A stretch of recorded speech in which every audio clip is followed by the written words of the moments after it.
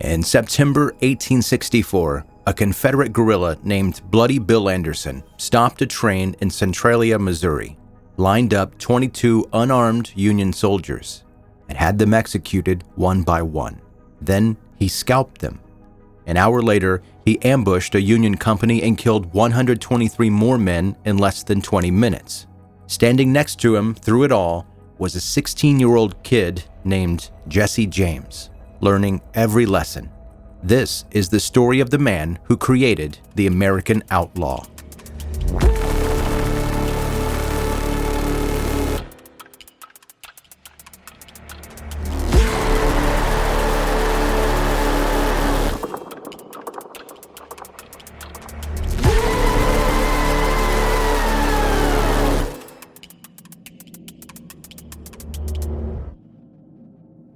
So here's what you need to understand about William T. Anderson.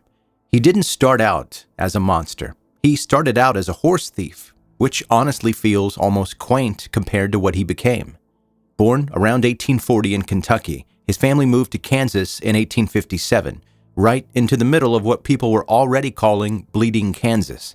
Pro-slavery and anti-slavery settlers were literally murdering each other over whether Kansas would be a free state. The Anderson family was pro-Southern in a free state territory, which immediately made them targets. William and his brother Jim started stealing horses, running them across state lines, making decent money at it. They were small-time frontier criminals. Then everything changed on May 12, 1862. A former judge named A.I. Baker shot and killed Anderson's father over political disputes. William and Jim had to run to Missouri because they were already wanted for horse theft. Their sisters followed. Once in Missouri, the brothers joined the Confederate bushwhackers. These weren't regular soldiers. These were guerrillas who raided anti-slavery settlements, killed civilians, and disappeared before anyone could catch them. But Anderson had unfinished business with Judge Baker. On July 3, 1862, Anderson came back to Kansas with his gang. They lured Baker out of his house, shot him, kicked him down into a cellar, and then they did something that tells you everything about what Anderson was becoming. They rolled a heavy barrel over the cellar door, trapped him inside, and they set the house on fire and made sure Baker burned alive. They stole his horses and rode off bragging about it. That's when William Anderson stopped being a thief and became something else entirely. By 1863, the Union was trying to stop the bushwhackers. These guerrillas were using their families for intelligence and supplies. So Union officers started rounding up female relatives of suspected Confederate guerrillas and throwing them in makeshift prisons in Kansas City. On August 14, 1863, a 3-story brick building being used as a prison collapsed. Several women died. Several more were badly injured. Among them were William Anderson's sisters. Josephine Anderson was killed. Mary Anderson was seriously injured. The official cause has never been definitively established, but there were immediate rumors that drunken Union guards had been bragging in a tavern that they deliberately removed support columns in the cellar. Whether that's true or not, Anderson believed it, and that belief transformed him completely. People who knew him said he became unhinged. Whatever restraint he'd been operating under disappeared. His grief and rage fused into a single purpose. The Union had killed his sister. The Union would pay in blood. 8 days after the building collapsed, William Quantrell led about 400 Confederate raiders into Lawrence, Kansas, and killed between 160 and 190 men and boys. They burned 185 buildings. Anderson was right there in the middle of it. The Lawrence Massacre was retaliation for the prison collapse. The raiders spared the women and children, which tells you this was a calculated, gendered act of revenge. The Union response was General Order No. 11, which forced thousands of civilians to evacuate 4 Missouri counties. The idea was to deprive the guerrillas of their support base. Instead, it created a logistical paradise. All those abandoned farms meant unlimited access to livestock, feed, and food. The Union accidentally made it easier for Anderson to survive and grow stronger. By spring 1864, Anderson had split from Quantrill and formed his own guerrilla company, about 80 men who operated like a death squad. They wore Union uniforms to get close to the targets. They showed no mercy. Anderson personally adopted a policy of giving no quarter, torturing prisoners and cutting off ears. His violence wasn't random. In one raid, he targeted a wealthy Union sympathizer who had freed his slaves. Anderson beat the man, raped his 12 or 13-year-old black servant, and then trampled the man with a horse. The victim died from his injuries 2 years later. This was terrorism, racial hatred, and personal cruelty all wrapped into one package.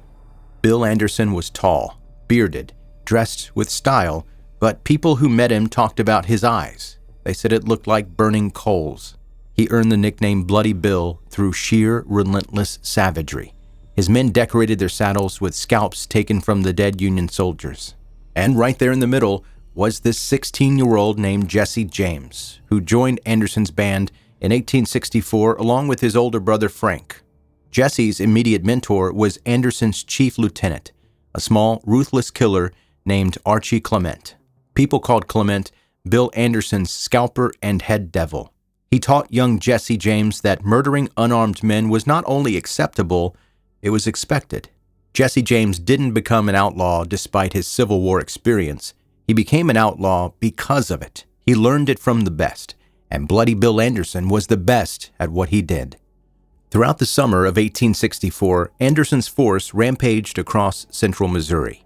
They ambushed Union patrols. They burned railway property. All of it was building towards September 27, 1864, in a small town called Centralia. Anderson and 60 to 80 of his bushwhackers rode into town, looted it, robbed a stagecoach, and drank all the liquor they could find. Then they did something that had never been done before in the Civil War. They captured a passenger train belonging to the North Missouri Railroad.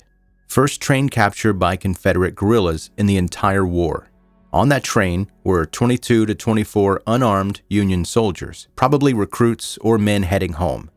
Anderson berated them, selected one sergeant named Thomas Goodman for a potential prisoner exchange, and then had his men execute the rest in a line, one by one.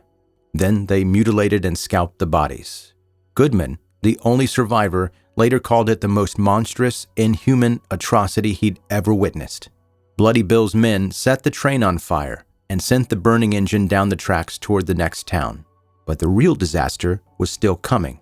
The smoke from the burning train drew a Union major named Andrew Johnson and 147 men from the 39th Missouri Volunteer Infantry. These were raw recruits, inexperienced, riding on farming horses and mules. They were armed with slow, muzzle-loading infield rifles. When Johnson challenged Anderson outside of Centralia, Anderson's guerrillas responded with a mounted charge. It was a slaughter. The Union line collapsed immediately. Anderson's men had rapid-fire revolvers. They knew how to fight on horseback. They were experienced killers facing green troops. Out of 147 Union soldiers, 123 were killed. Anderson's force only lost 3 men. Frank James later claimed that his younger brother Jesse fired that shot that killed Major Johnston. The Centralia Massacre demonstrated that Anderson was more than a sadistic killer. He was a cunning, lethal commander who knew exactly how to exploit his enemy's weaknesses. The Centralia Massacre made Bloody Bill the most hunted man on the border. 1 month later, on October 26, 1864, Union forces lured Anderson's band into an ambush near Albany in Ray County, Missouri. Bloody Bill Anderson was killed in the fight. His men desperately tried to recover his body, losing up to 10 more men in the attempt, but the Union held the corpse. Union militia took Anderson's body to Richmond, Missouri. A doctor named Richard B. Keiss photographed him.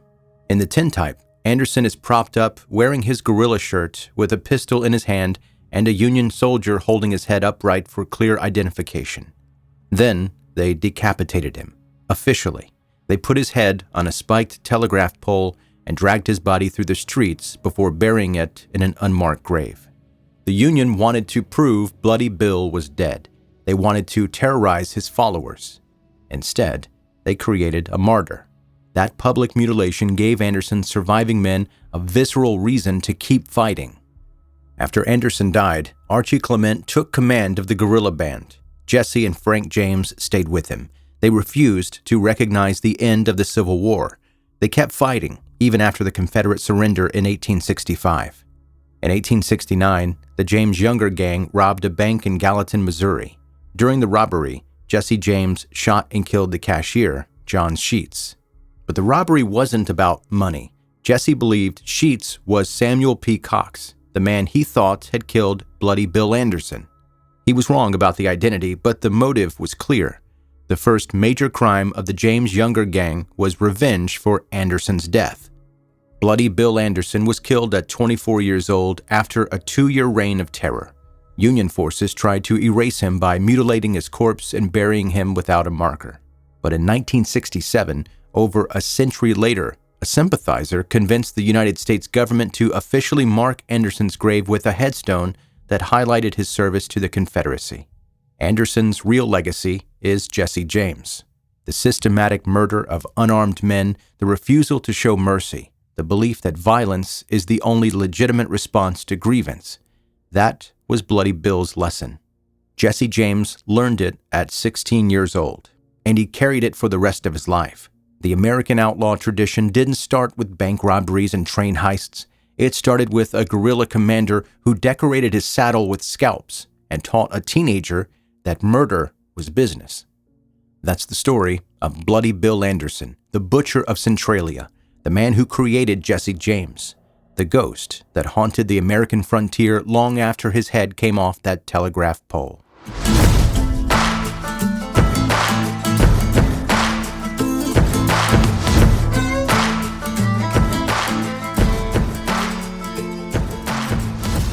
Thanks for listening to 10-Minute Murder, bingeable true crime stories. I'm Joe, I'm the host, and here's an email. Subject, I told my kid about your podcast. Hey Joe, my teenager overheard me listening and asked what the show was. I said, it's a man who explains terrible things in a calm voice. She said, so like a cool history teacher. Thought that was funny enough to share.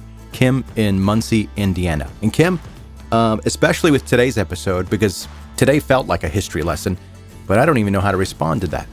A cool history. I did want to teach history at one point in my life. I thought when I grow up and become an adult, I want to be a basketball coach or a baseball coach, just a high school coach, and also teach history.